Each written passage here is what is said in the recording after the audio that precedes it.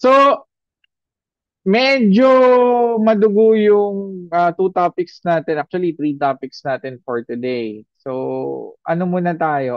Recap muna tayo dun sa kanina sa first group. So, gawa muna tayo ng table. Tandaan guys, pag po tayo nag-create ng table, yung mga attributes niyan, okay, laging tatandaan, yung mga attributes niyan, lalong-lalo na yung word na not null, okay, ibig sabihin, laging required yung column na may value. Okay, hindi pwedeng i-skip. Lagi niyong tatandaan yon. Pero kapag ang isang column, walang word na not null, automatic null siya. Okay? Ibig sabihin po pwedeng hindi magkaroon ng laman. So, dun sa mga examples, dun sa notes po natin, marami pong mga data type po dyan na nakita kayo. Okay? So, meron pa tayo tinatawag na varchar max, yung maximum na value ng varchar. Pero for this example, gawin lang nating simple, i-varchar 50 lang natin. Okay? So, meron tayong identity. Okay? Po, pwede natin itong gawing primary key kung gusto natin. Okay? Meron tayong name. Meron tayong birthday.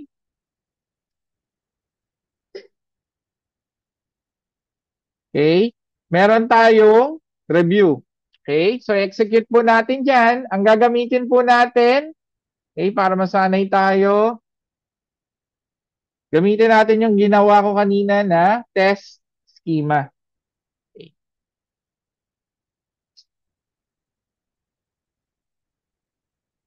So, execute natin. Okay. So, sa notes natin, sabi dyan, very basic is yung insert command. Insert into command. So, insert into command, paano po siya? Insert into pangalan ng table, customer profiles. So, hindi tayo gumamit ng TBL dito. Okay? Tapos, anong kasunod? Open close parenthesis yung mga columns na ilalagay natin. So, sino yung required? Si name. Okay. Birth date and review. Kung ayaw nating maglagay, okay lang. So, birth date. Tapos, review. Okay. Next, anong kasunod? Values. Okay. So, for example, gagawin natin Mel. Okay. Birth date. Anong format natin? Year, month, day. Okay. Review. Okay. Lorem ipsum. Highlight. Execute. Okay. May isa na po tayong data. Paano natin malalaman kung may data tayo? Select asterisk from table name. Okay. Customer profiles. Highlight. Execute. Okay. So, may isa na po tayong data. Next. So, very basic ng insert into statement natin. So, next. Data type consideration, error handling. Okay, ito required lang po to for sa mga identification items natin. Pero for our practical, kahit wala muna yung error handling. Kasi magagamit natin tong error handling next sem na. Okay. Identity column. Okay, wala na muna yan. Skip na natin. Okay. Select clause. Okay. So, select clause natin, tandaan, ang asterisk po natin represents all columns, pero pwede po tayong mag-select ng kung ano lang yung column na kailangan. So, for example, select name. Okay, name lang yung kailangan natin. F5, Mel. So, select birth date. Highlight. Okay. So, kung gusto niyo naman, dalawa, tatlo, as long as nag-i-exist yung column. Wala tayong problema doon. Okay. Name and birth date. Next, work loss. So, ang work loss, napaka-importante niyan kasi ang work loss, siya yung ginagamit natin to limit our select statement, our update statement, and our delete statement. Napakahalaga ng work loss. So, paano ang work loss? Sa dulo ng table, ilalagay po natin yung keyword na where. Tapos, ano yung gusto natin na criteria or filter. Laging ka-partner ng where ay column. Laging ka-partner ng where ay column. So, for example, very basic. Where name is equals to Mel. Okay? Select name, birthday from customer profiles where name is equals to Mel. Execute. Okay, yung data na Mel. Okay, paano kung mall? Execute. Wala tayong data, so walang lilitaw. Okay, napakahalaga ng work loss ha. Yan yung most powerful na filter na pwede nating magamit, yung work loss. Kasi halos lahat ginagamit siya. So, pwede po tayong gumamit ng equal, greater, less than, etc., etc., may like and in, tapos between. Okay. Tandaan po, ang equal, greater than, less than, sa lahat po ng data type, pwedeng gamitin yan. Lahat ng data type, string, date, number. Okay, kahit boolean, pwede po yan. Okay. Paano mangyayari kapag gumamit tayo ng, insert muna ako. I-insert ako ng isa pang data para lang makita ninyo. So, si Mel, si Mal, tapos ibahin natin yung date. Sabihin natin December 24. Lorem, Ipsum, Dolor,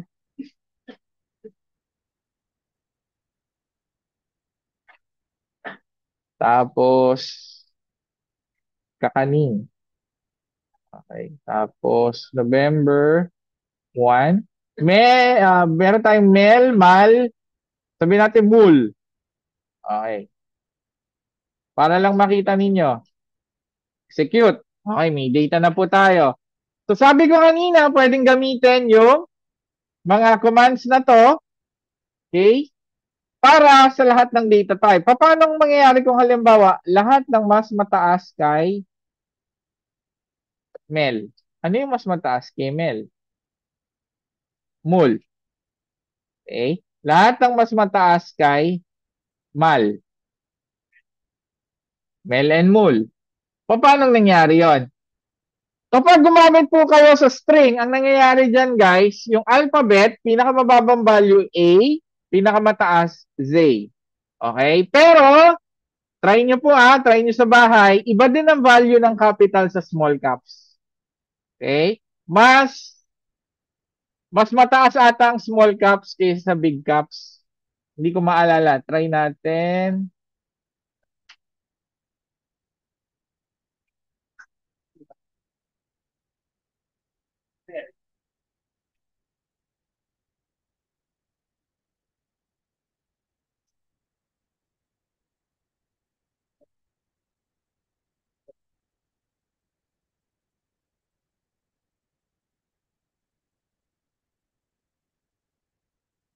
Okay. So, tingnan natin kung kasama si Mal. Hindi kasama. Paano kung Mal, capital? Di pa rin. Mel, Mul. Paano nga ba to? Paki-check na lang guys hindi ko na to yan. No? Pero ibang value po ng small caps sa big caps. Paano ba? Mel. Okay. Next.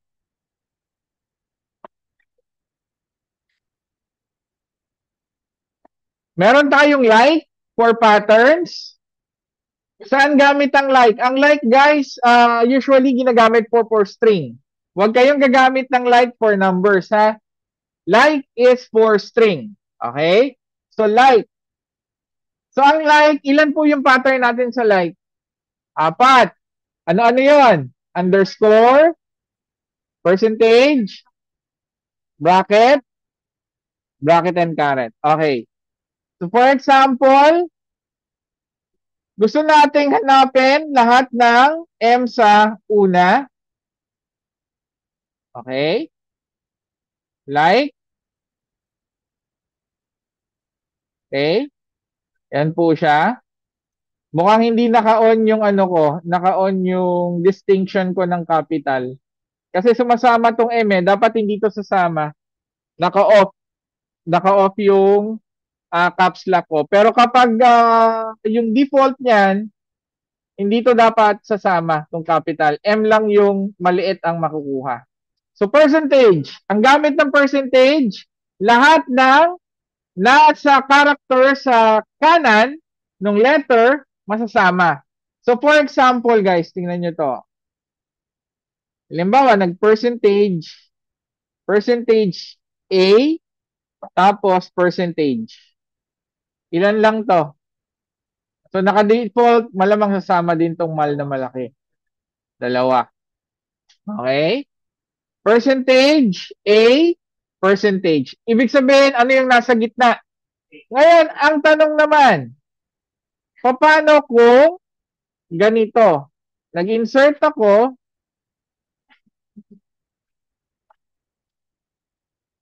malinta. Okay? Nag-insert ako, malinta. Tapos, ang sasabihin ko, kailangan percentage, ay any number of characters to. M, tapos, underscore, tapos percentage.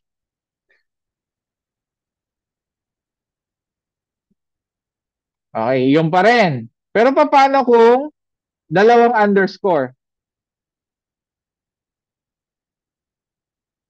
Sila pa rin. Okay? Ang underscore is a single character. Ibig sabihin, ang hinihingi ko lang dito ay tatlo. Okay? Ang hinihingi ko ay tatlo. Lilitaw lang lahat yan kapag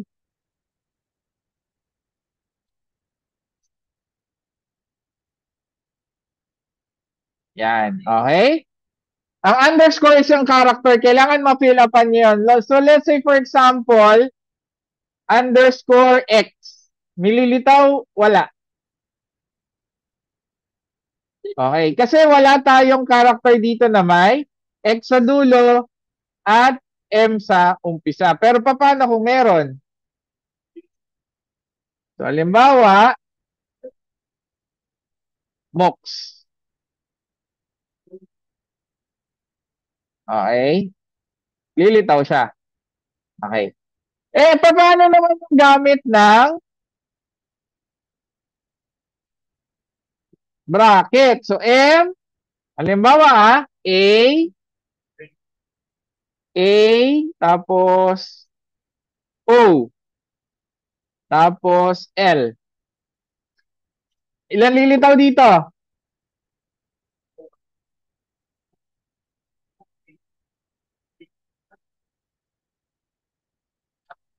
Meron ba tayong mall? Tingnan nyo Ito ulit yung given. Ito yung given natin Ah. So, ito in-execute ko. Bakit ang lumitaw lang ay dalawa? Okay, wala tayong O. Okay, wala po tayong O. Ang meron lang tayo ay A. Paano naman mangyayari kapag ganito? Wala yung caret sa keyboard ko. Ano pa? Okay, number 6. Yan. Okay. Lahat ng hindi A at O sa gitna. Okay, paano kung ganito?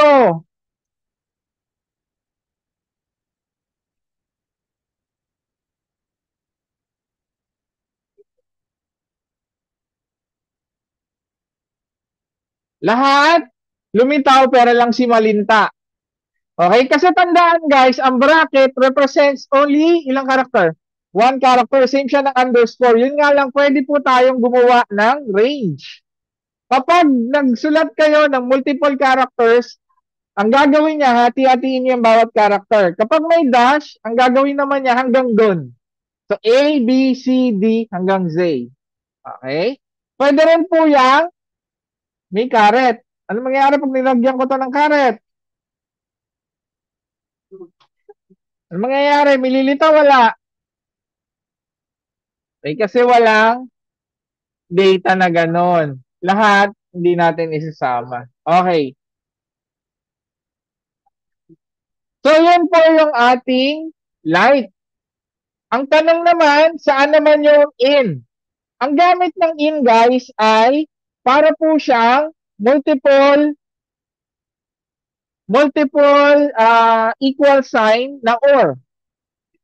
Okay, multiple equal sign na or. Yun yung gamit ng in. So, tingnan natin ha.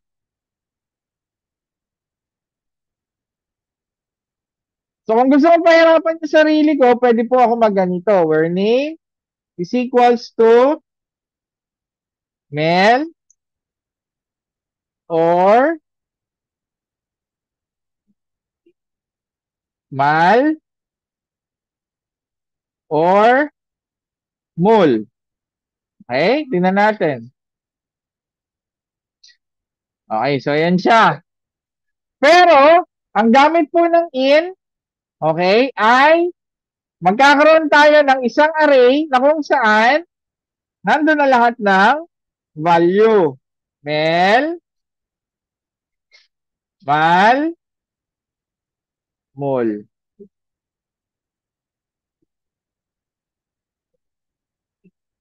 Okay? Maiksi siya. However, take note, ang paggamit po ng in ay hindi rekomendado. Kasi si in, ang isa sa pinakamabagal na filter na pwede nyong gamitin. Okay? Kasi kino-compare niya yung buong record sa sarili niya or bawat isang record sa lahat ng data na binigay mo. So, ibig sabihin, dito pa lang sa code na to, meron tayong 5 data, 3 yung hinahanap niya, 5 times 3, 15. More or less 15 times siyang iikot. Okay? Mabagal po siya. Mabilis siyang i-code, mabagal po siya sa actual.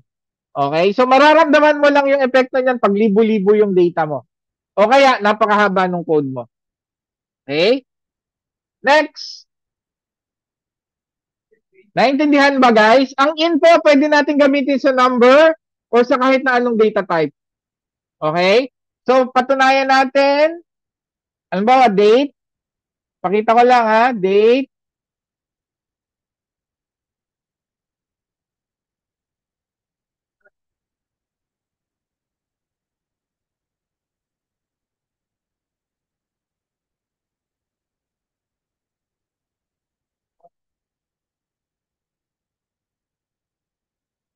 Okay?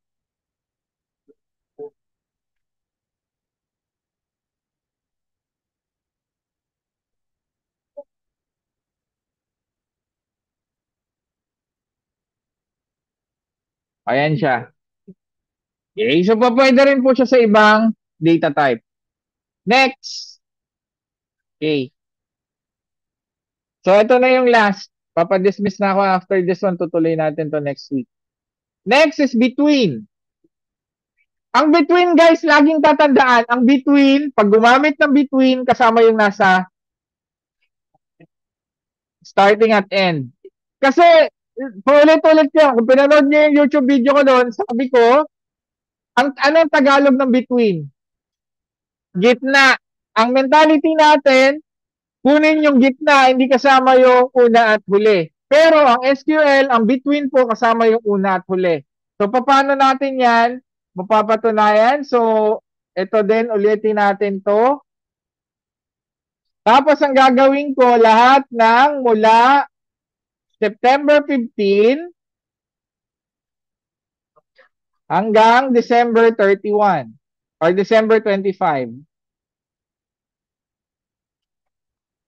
Ang between, anong kailangan ng between? End. Okay, execute. Ito na po siya. Okay? So, nakita ninyo, na-select ko yung 15.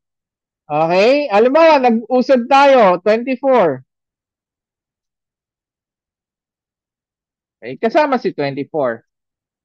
Okay? Pwede rin pong gamitin ng between sa saan? Sa string. Tingnan natin paano siya. Rename between Mal and MZL. Ayan siya. Oh. Okay. Bakit kasama si Mox? Kasi si Mox ay mas mababa kaysa sa MZ. MO is less than MZ. Okay? Paano kung gusto nating i-filter lang doon sa L? Paano kaya yan? A, U, L. So, pwede natin ganitohin. M, U. Ay, hindi kasama pa rin si O. Mel. So, Mal and Mel. Mal and Mel. Mal and Mel. Okay. Si Mal and Mel. Mel, Mal, Mal, Malinta. Okay? Mel, Mal and Mel. Okay? Kasama si Malinta. Bakit kasama si Malinta? Kasi, okay, ang A ay mas mababa sa E. Okay? Kaya kasama si Malinta. 'Di ba? Sa alphabet, A, B, C, D, E. Okay? Mas mataas si E kaysa kay A.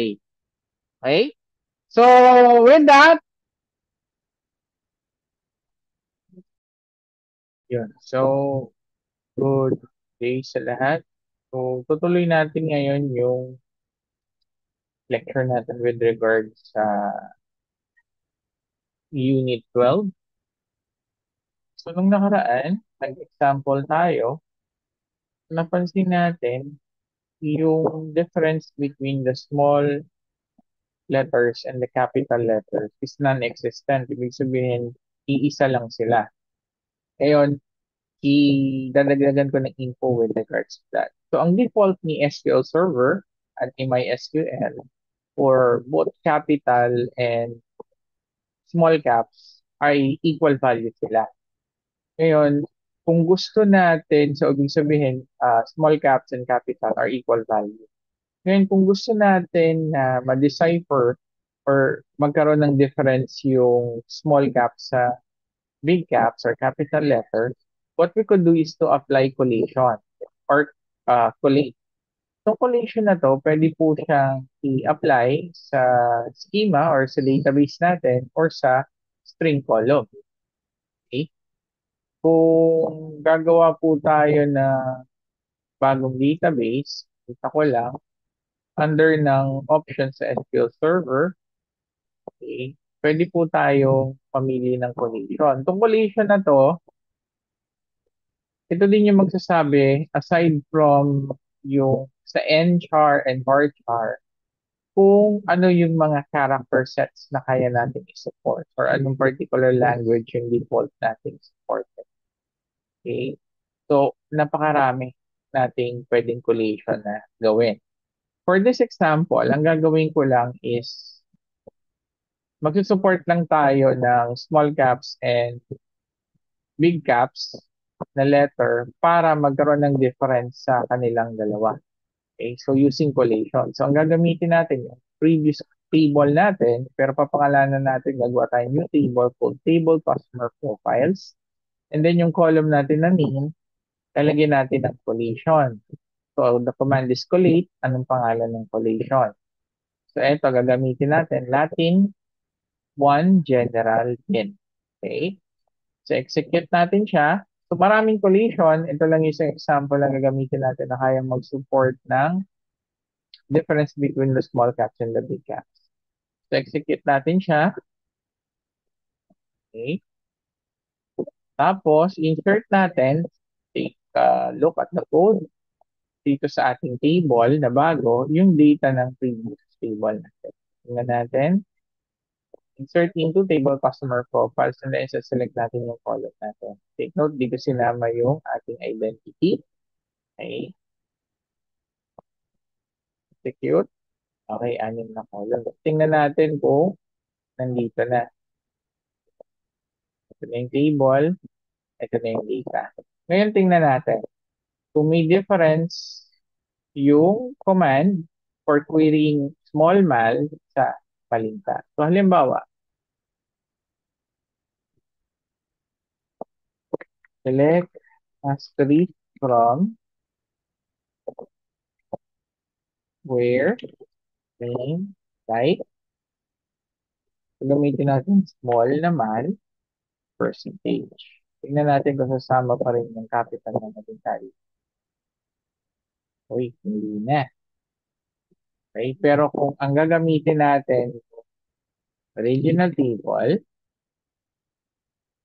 na walang connection, okay, kasama sila. Okay, so I hope that clears that up.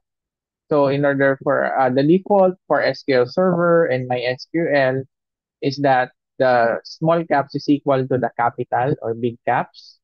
Kung gusto natin magkaroon ng difference, gagamit tayo ng collation. Whether that collation is on the actual table through the columns or in the schema or database itself. Okay, so sana malinaw.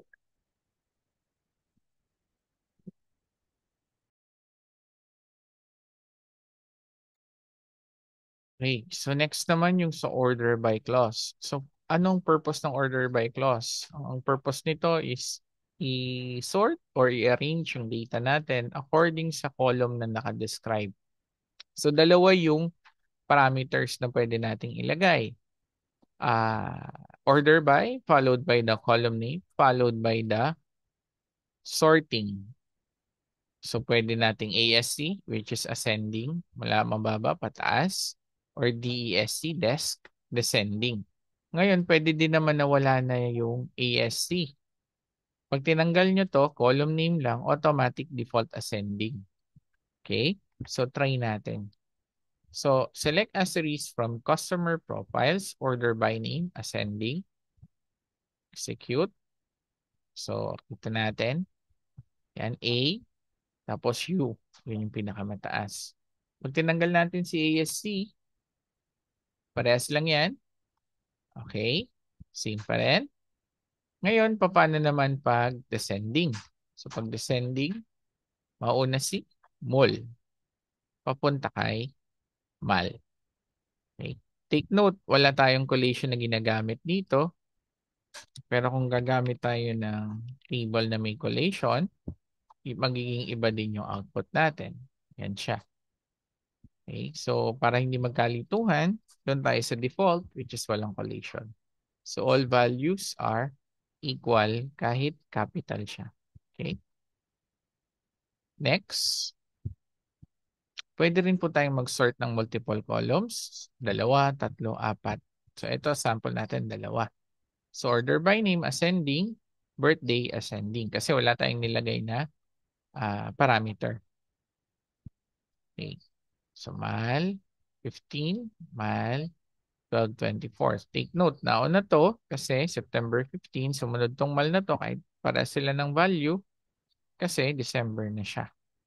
Okay. E paano kung gaganituhin natin? Sino yung mauuna? Ay na, ano yung maliit kasi mas mataas yung birth date, December 24 kaysa September 15. Okay. Next, paano naman pag pinagbaligtad? So, name, descending, birthday, ascending. So, ito naman siya. Okay. So, yun yung gamit na order by clause. So, para lang isort yung ating data by one column or more. Okay. Ngayon, meron din po tayong tinatawag na top. So, si top, specific lang to kay SQL Server. Hindi siya makikita sa MySQL. Ha, guys? Tandaan, top is para lang kay SQL Server. So, sa top muna tayo. So, top, default natin, select top 100. Sabihin, get the topmost 100 records. So usually, ang top, pinapartneran natin ng order by para malaman natin yung arrangement. Kasi pag wala, default, ang susundin niya kung ano yung default arrangement ng table. So pag ito, select top 100 records, ito, halo-halo siya. Ang isinort niya sa default, which is by the ID o yung pagkaka-insert ng data. pwede tayong gumamit ng order by clause. Ito naman, select top 2, asterisk. Ay ginagamit ko asterisk pero pwede po tayong gumamit dito ng column. Select top 2, asterisk, order by name, ascending, mal, mal. So, halimbawa, gusto natin name lang yung makita. Select top 2 name. Kung gusto yung additional column, comma, enter lang. Okay. Top 2 name, name, order by name. So, halimbawa, gusto pa natin yung birth date na makita. So, ito. Yan. So, yan. Pwede rin nating isort by multiple columns kung gusto nyo. Ngayon, paano naman kung ganito? Pwede po tayong gumamit ng word na percent. So, hanggang 100, select top 30% hanggang 100%. Hindi pwedeng lumagpas, okay, ng 100. Select top 30%, paano siya? So, original record natin, so select asterisk is 6. Okay, so ibig sabihin, kunin mo yung top 30 niyan. So, 369, 369. So, 30, 30, 30. Eh, paano kung halimbawa top 35%? Top 35%, dalawa din ba yan? Tatlo na. Bakit? Kasi round up lagi. Pag lumagpas dun sa certain percentage, ay automatic yung next record kasama na. O yung next percentage kasama na. So, eto, parang top 40 na rin ata yan, kung di ako nagkakamali. Okay. Pag lumagpas, okay, sa percentage, automatic, kukunin niya na yung susunod. So, hindi pa lumalagpas. Okay. So, 3 hanggang 50 yan. 3 pa rin yan. Pero pag lumagpas ka, kahit 1 lang, mangyayari. 4 na. Okay. Kasi lumagpas na tayo ng percentage. E paano kung lumagpas ko ng 100? 101. Ano mangyayari? Error. Kasi hanggang 100 lang yung percent. So that is how you would use order by sa kayong top.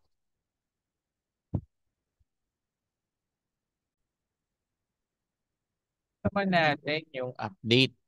So, paano yung update? Ang update, guys, ang syntax po niya, update, table name, okay, tapos set. After ng set, anong mga column yung i-update natin? Okay? So, yung column equals anong value? Kung multiple columns, pwede tayong gumamit ng comma, and then column equals anong value? So, tandaan, okay, ulitin natin. Kapag string at date, gagamit po tayo ng single quote or double quote. Kapag numbers, numeric value, wala. Okay? Same ng rule ng insert. Ngayon, isa pa nating dapat natandaan pag gumagamit tayo ng update, pag kakalimutang mag-where clause.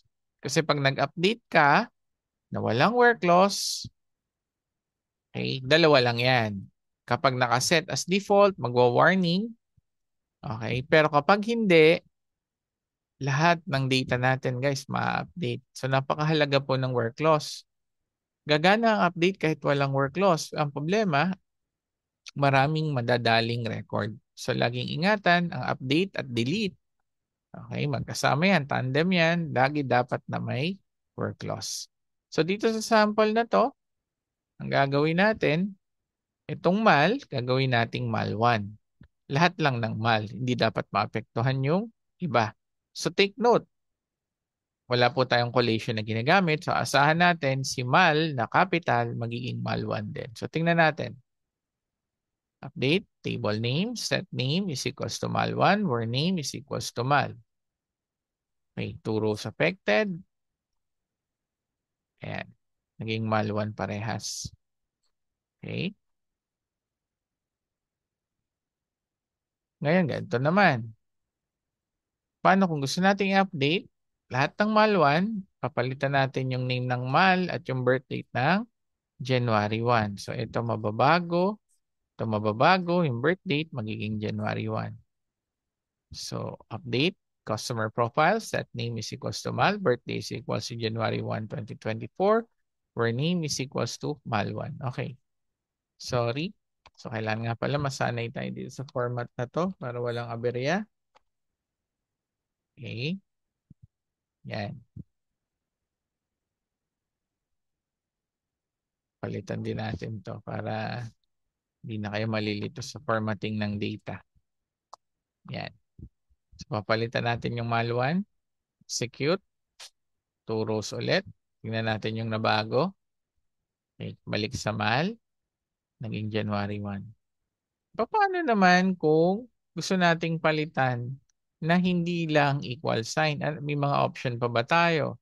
So, aside from equal sign, pwede tayong gumamit ng greater than, equal to, less than equal to, or any other comparison operator. Okay?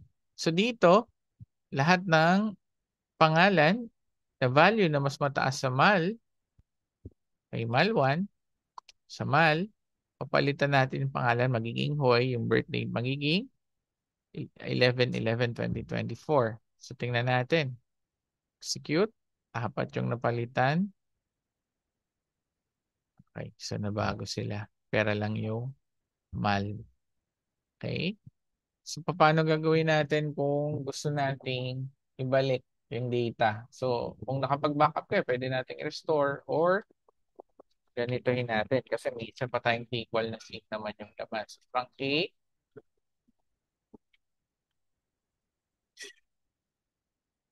Equal.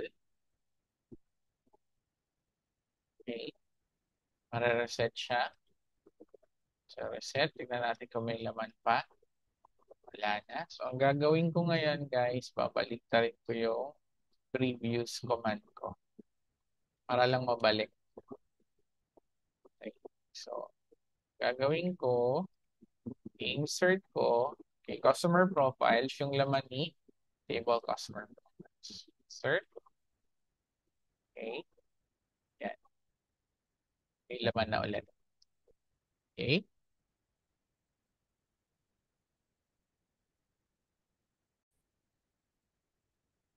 Okay, so sa delete naman tayo. Kagaya ng sinabi ko kanina, tandem ang update at delete sa syntax. So, dapat pareha sila laging may where clause. Otherwise, mabubura lahat ng laman ng ating table.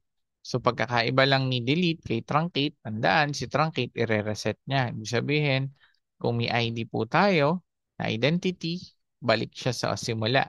Sa delete naman, di-delete lahat ng laman. Pag nag-insert ka ng bago, kung ano yung pinaka-last na ID, yun yung gagamitin niya. Okay? So sana maliwanag yung truncate, maliwanag yung delete. So again, si delete, lagi may where clause. So dito sa sample po natin, may 6 pa tayong records, di-delete natin lahat ng MAL. Okay? Again, wala tayong collation. So we expect record number 2 and 4 to be deleted. Okay, so dalawa. Tingnan natin. Okay, 4 na lang natira. Okay, ngayon naman, try natin mag-delete ng MAL1. Eh, walang MAL1. Anong mangyayari? So, walang madi-delete as is. Ano naman ang mangyayari kung gagamit tayo ng greater than symbol? Ibig sabihin, lahat ng mas mataas sa MAL. So, pag ginawa natin to, so lahat to, mas mataas sa MAL, pag in-execute natin, wala nang laman yung table natin kasi na-delete na lahat.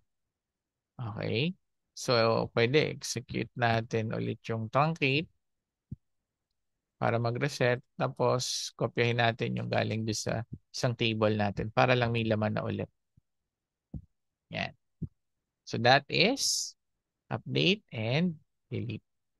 Sana malinaw. Tandaan ng delete statement is delete from table name and then where clause or where condition. Okay? Ang delete, wala pong asterisk. Delete from lang. Okay? Delete from table name.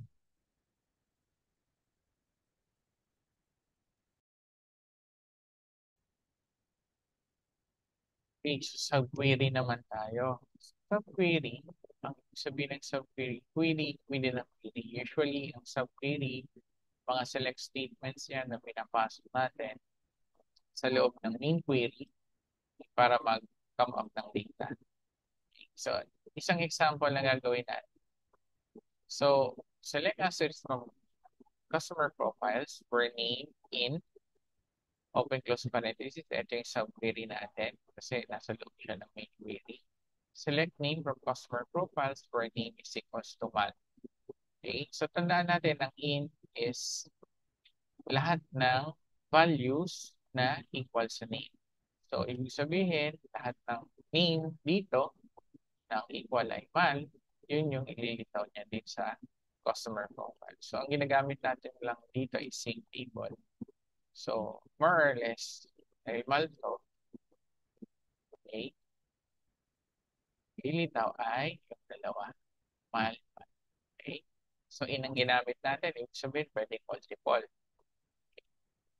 Dito naman, so ginamit natin dalawang magkaibang table. So, isa may collision, isa wala. So, sabi natin dito, sa collision natin, select name, so table customer profiles for name is equals to month. So, dito, pwede natin i-highlight, execute, ito siya. Okay? Pag in-execute natin yan, so tandaan, ito may collision, ito wala. Pag in-execute natin siya, okay, mag-error. Bakit? Kino-compare natin parehas na column, kaso magkaibang collisions. Hindi daw ubra. Okay? So, kung pwede natin gawin, parehas lang na customer profiles. Okay? Para gumala kagaya dito kanina. Nga lang, dito kanina, dalawa siya. Kasi nga, walang collision. So, in yung ginamit natin. Eh, paano pag equal? So, tandaan, pag nag-equal ka, kailangan nito isa lang lagi yung pare-return. So, halimbawa, select ID for customer profiles where ID is equals 1. So, 1 lang. So, lahat ng customer profiles na kung saan ang ID ay equal sa 1. Yun yung i-return niya. Parang magiging ganito siya. Okay? Ganyan din yung equivalent niya. Okay. Dito, ang equivalent nito, okay, kapag nire-write natin to, ganito yung itsura niya.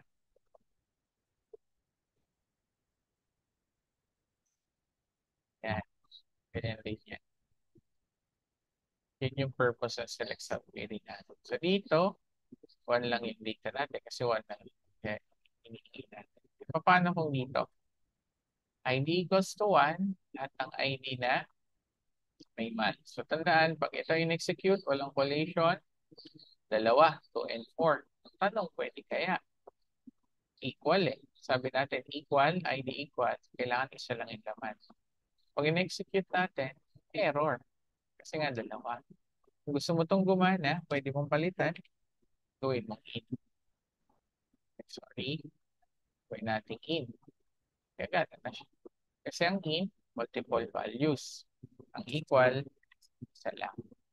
Okay, sana maliwanag yun. So that is select subquery. So, tandaan, select subquery, usually, isa lang yung column na nire-return natin dito at binabangga natin dito sa main na where clause. Next, computed column. Pag sinabi natin guys na computed column, ito ay isang column na na-derive kasi prinoseso natin. Either pinadaan natin sa function o kaya di-divide o kaya nagkaroon ng operation dun sa column na yon.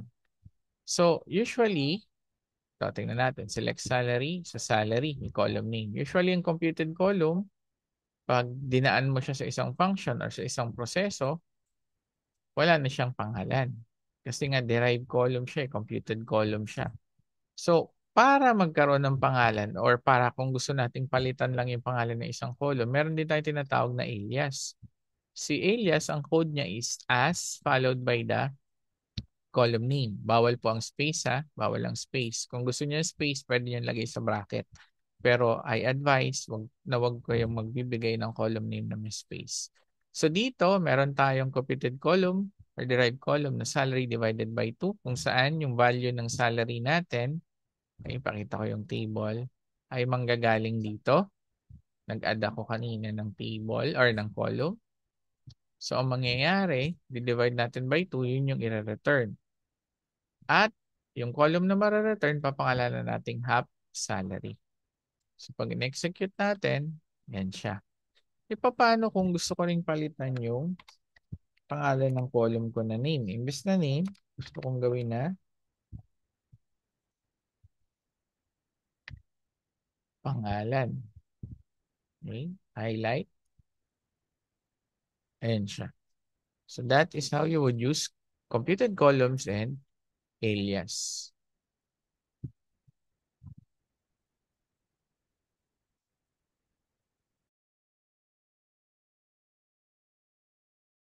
So rules of precedence naman tayo. So according to the rule, parenthesis una, next are power, next multiplication, division, addition, and subtraction. So rules of precedence, tingnan natin to. So para ma-execute ang power sa TSQL or sa SQL Server, use power, anong number, and then raise to plus 2.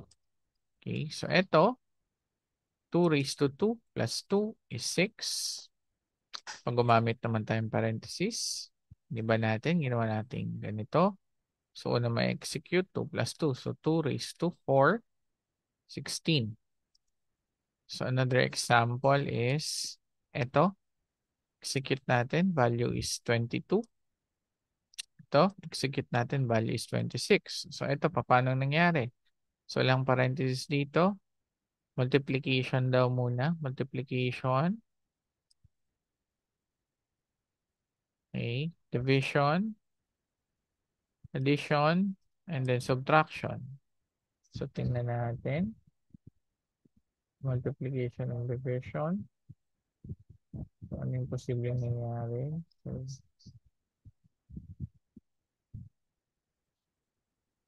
sagot ay 22.